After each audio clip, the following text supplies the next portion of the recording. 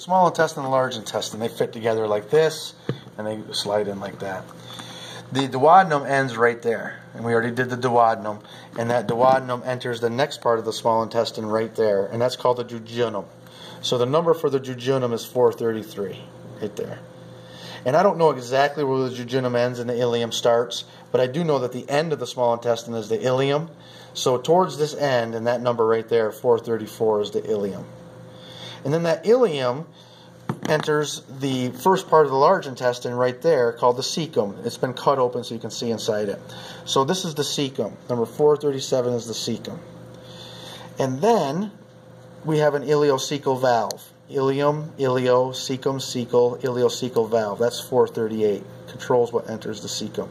Hanging off the cecum, we have this appendix called 439 right there. Rising up from the cecum is this ascending colon, 440, it ascends, and then it turns at 441. That's called the hepatic flexure or right colic flexure, and then the colon runs transversely, so this is the transverse colon, and number 442 is the transverse colon.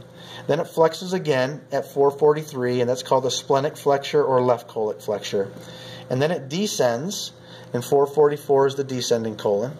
And it flexes again right here at the sigmoid flexure, and then 445 is the sigmoid colon. That's the sigmoid colon.